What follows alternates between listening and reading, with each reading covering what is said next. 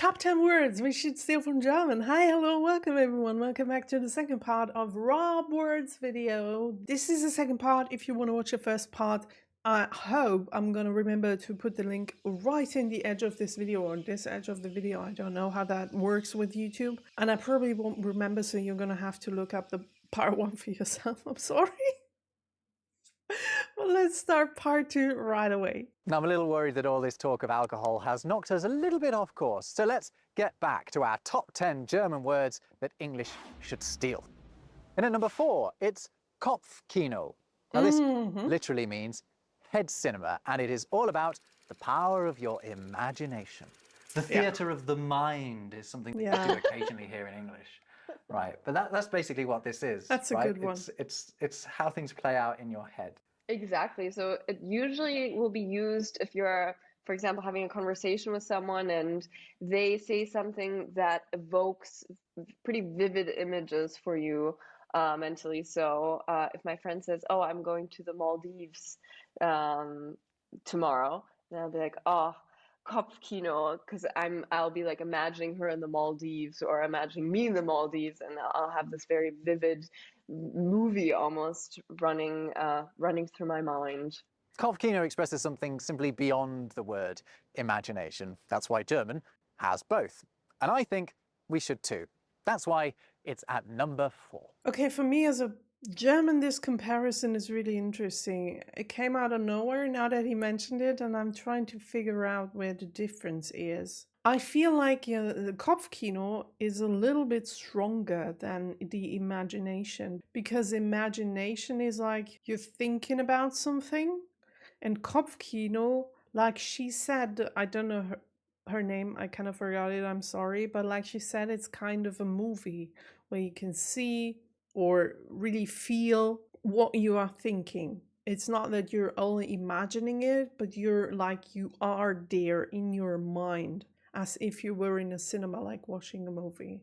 So it's a stronger word. So I guess there is a difference between both of those words. And me as a German, I would say that Kopfkino is just a little stronger, more vivid than imagination is. It's at number 4. I just want to take a moment here to discuss why German is apparently so good at coining the right term for the right moment. Well, if you look back at the words we've discussed so far, They're a all lot of meshed them words have something mashed in together. common. They're essentially just compounds made up of 2 or 3 other German nouns that have been attached to one another, like train carriages. And this is what German speakers down the centuries have been most likely to do when they've needed a new term for something. Whereas in English, we've tended to look beyond our own language when we've needed a new word. We've either built a new one from Latin or Greek or borrowed one from another language. When the television came along, we named it using this unwieldy mix of Latin and Greek.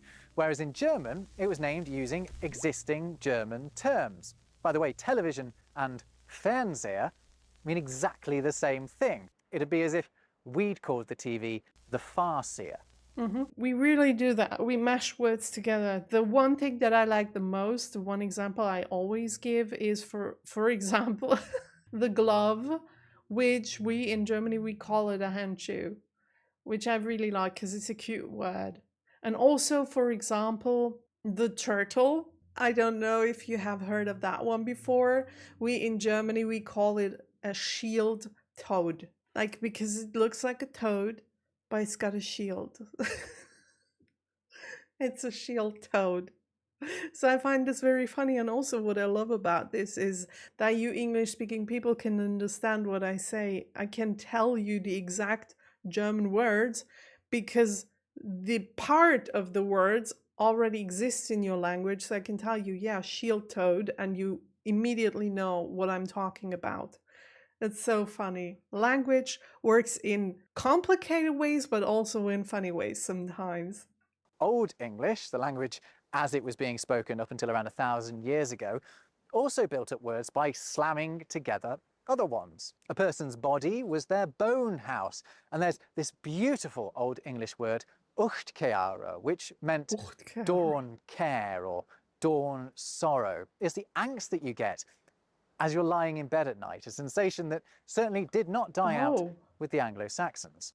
In fact, maybe that's one word that we should also start using too. yeah, My true. point is, changes in the way that English works mean we've lost the ability to elegantly build up words in the way that German does. And that's why, in the cases that I've mentioned, we need Germans' help.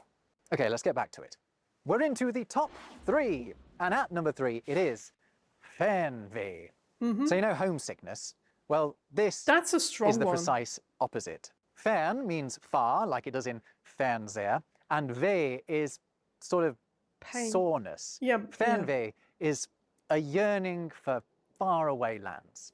If I haven't taken a vacation in a long time, then I'll start feeling really Fernweh and start looking at Google Street View of Algeria or Spain or wherever. But actually, it reminds me of another German word that we already have taken into our language, because I think this is the closest word to it in English, and that's people in English might pronounce it wanderlust, but Oh, yeah. wanderlust, right? This True. Yeah. the need to sort of get out there is what wanderlust is, right? Yeah, in German it's love of hiking. I guess it's love of exploring. So I would use Wanderlust pretty literally if I'm going on a big hiking trip, not just on your regular Sunday afternoon walk, but on a significant hiking trip. But Fernweh is something tied to a Farther long away. journey, a big vacation. Yeah. So I wonder if maybe it'd be worth us substituting out wanderlust and replacing it with Fernweh, because actually Fernweh kind of fits our definition of wanderlust a bit better than even wanderlust does. We should try to establish that. Yeah. The campaign starts now.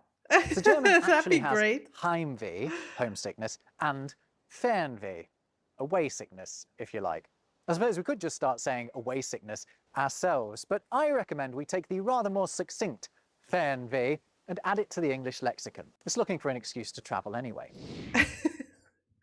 I like that word, even though I don't feel Fernweh that often, but I really like it. And I can't really imagine how people that do not have that word, if you feel Fernweh, because I'm sure you have felt Fernweh before, even if you didn't know that there was a word for it. This is very philosophical, so I'm sorry for that. But you feel the feeling and you can't really express it. That's so weird. And I do know that we as Germans do have a similar thing when it comes to several feelings that we do tend to feel, but we can't really express them, so we don't really even acknowledge them in our mind, kinda. I don't know. There's this one thing in Japan that I've heard about. I know of this one expression that we do not have in Germany. We don't have an expression for this feeling, but I'm feeling it very often, which I just looked it up, so because I'm not really fluent in Japanese. It's called kuchi sabishi, and I'm sorry if I butchered this. It means lonely mouth, if you translate it in a literal sense. What it means is a feeling that if you are not really hungry, but you want to eat anyways, you have a lonely mouth because you're not feeling hungry, but you want to eat. Your mouth is lonely. It needs food to not be alone anymore. I love that expression, but we don't have that in the German language. So I feel as if we could learn so much from other countries and also learn to express ourselves in better ways and to evolve our own language onto a new level. By the way, that is literally the only word I know that exists in another language that we in Germany do not have, because I do not usually watch videos the other way around. Most of the time I watch American YouTubers or YouTubers from other parts in the world talking about German words they don't know, not the other way around. I should really do that. I should find a video, maybe even like a Japanese video if it's in English. If you know any videos like that we Germans do not have, words, or even English speaking people do not have terms from other languages, like for example Japanese. That would be really interesting. Please, there is a link in the video description down below where you can recommend me links to other YouTube videos that are great. Please help me out here, because I really would love to watch something like that. Okay, we're up at the business end now, the top 2. And my number 2 German word that I think we should steal is Zugzwang. Zugzwang is used in those moments where circumstances have conspired to leave you with no choice but to act. When you're forced into taking a decision, you are in Zugzwang. The term actually comes from chess, where Zug means move and Zwang is force or compulsion.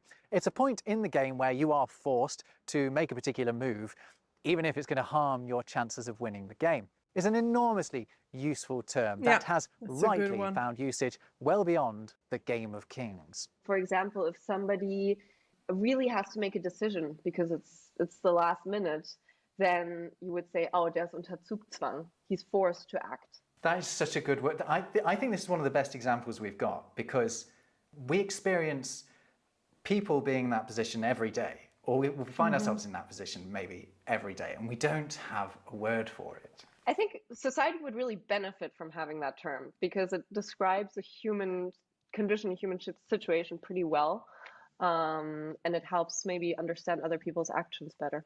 Quite right. Coming back to this philosophical point that I kind of lost while I had to Google for the Japanese expression of kuchi sabishi, I wonder if you do not have an expression for a feeling in your language. Do you really feel the feeling even if you can't really put it into words? Or does the feeling feel different if you can put it into a word? Do you know what I mean? Like, for example, if you feel, let's take a word that we all know, if you feel homesick. So you're far away from home and you want to get home and you feel bad, but you wouldn't know the expression homesick. You would just feel bad. Would you know where it comes from? Yeah, you would feel bad and you would want to go home. However, would the feeling be different? Would it change slightly if you had an expression for that? And your feeling would be explained by the expression. You're like, oh, I'm homesick. I know what's happening with me. It's not just a bad feeling. It's because I want to go home. You would probably know that you don't feel good because you do want to go home. I wonder if it makes a difference. And I'm sorry for the X-course into the philosophical. I usually tend to avoid it because my mind thinks like that all the time, but I like to suppress it a little because I don't want to ramble on in the videos. However, I feel as if it fits in this one, so I kind of like gave you an access into my mind for a little bit there. Let's move on. I realise that we have gone a little bit deep here, but anything that helps us to better relate to one another and comprehend each other's motivations is a good thing in my book. Yes. That's why Zugzwang is a worthy runner-up. That's a good one. Okay, now it's time. He's excited. The number one word that I think English should steal at the earliest possible opportunity. Okay. It's the word that fills every hard-working Helga or Heinrich's heart with a glee that, until now, we've had to live without. Ladies and gentlemen, I give you Feierabend. Yes.